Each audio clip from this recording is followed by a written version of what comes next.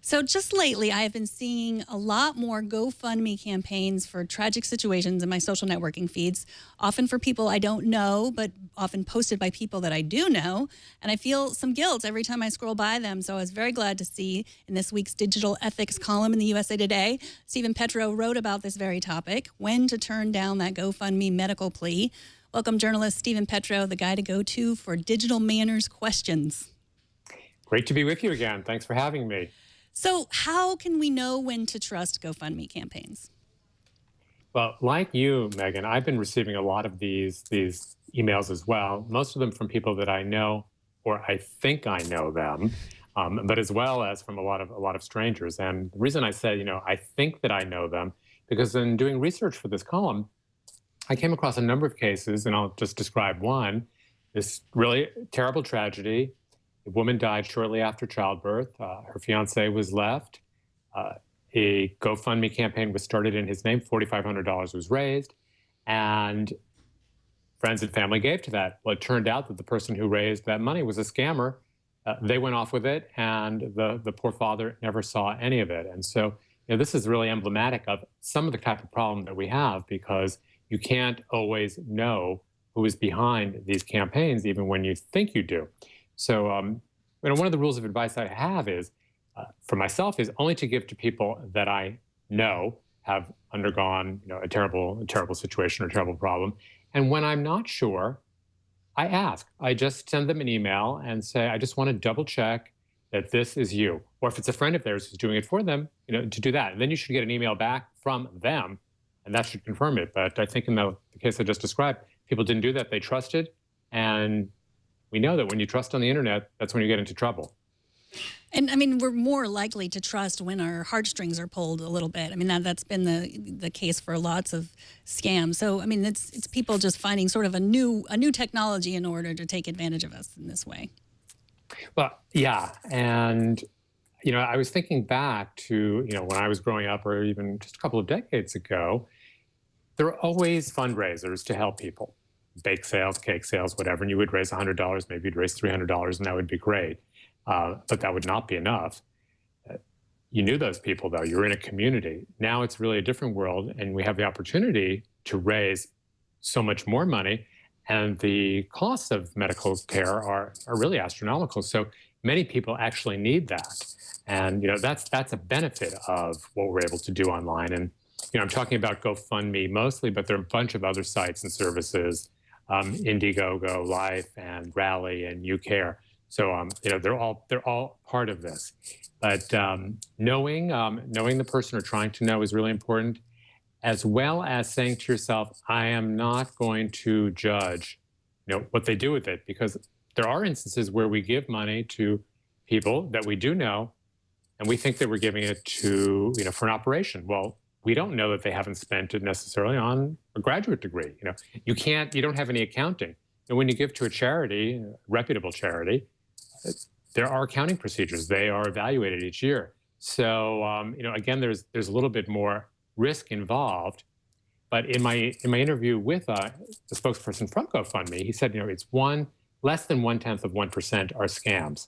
And I think that's really important to remember, because the headlines are about scams, they're about frauds. But there's so many people in need.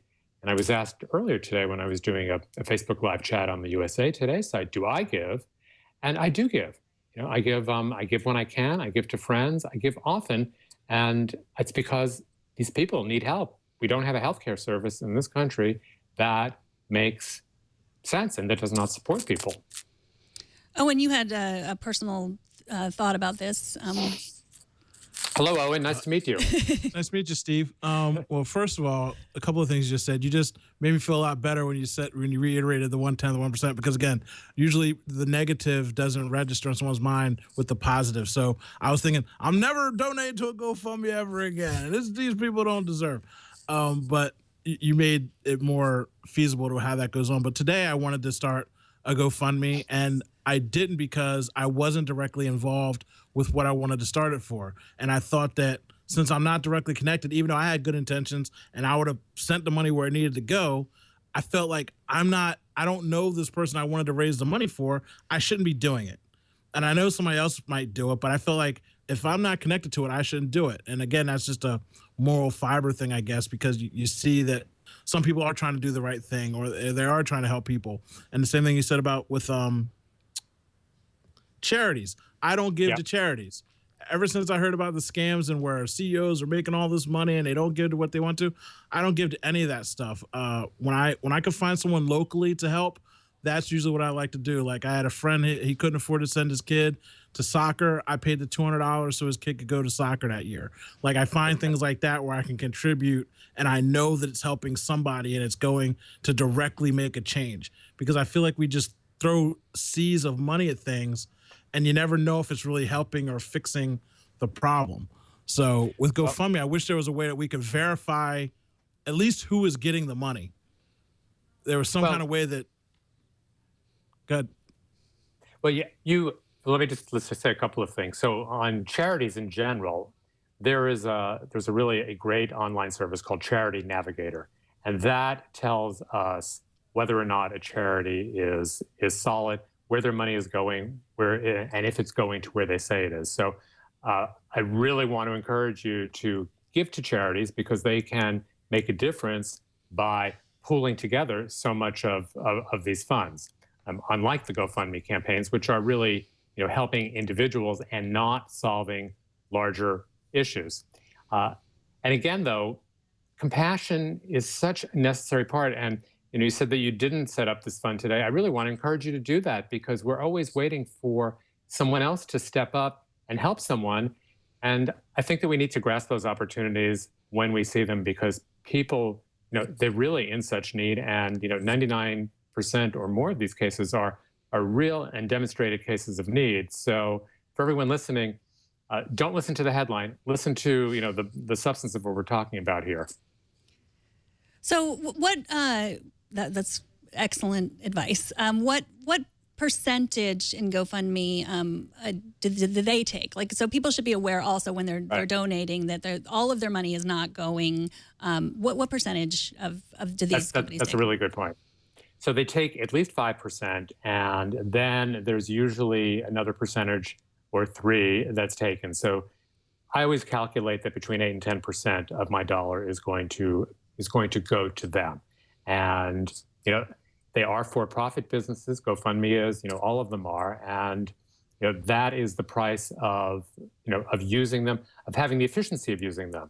I had someone ask me today on the USA Today chat, well, if I don't want to do it that way, is there another way? And I said, well, if you know them, you can just write them a check. You can send them money.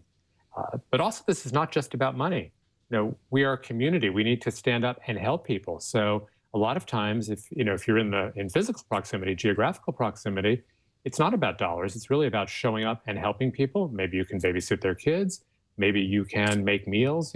Do tangible things to help each other, to drive them to the doctor. I think this is all part of what it means to be in a community, and that these GoFundMe campaigns are helping us, by and large, to do that. Right. I mean, you bring up a good point. I think sometimes we just think, oh, there's a technological way to do this. I'm going to use it. But what Owen was saying, if he had started a GoFundMe campaign to, pay for this person's soccer, then, 5% of it would have gone, to GoFundMe. So sometimes, like you're saying, if it's someone that's part of your community, it makes more sense to just write them a check or give them cash, or, some kind of, debit card or something like that. Right.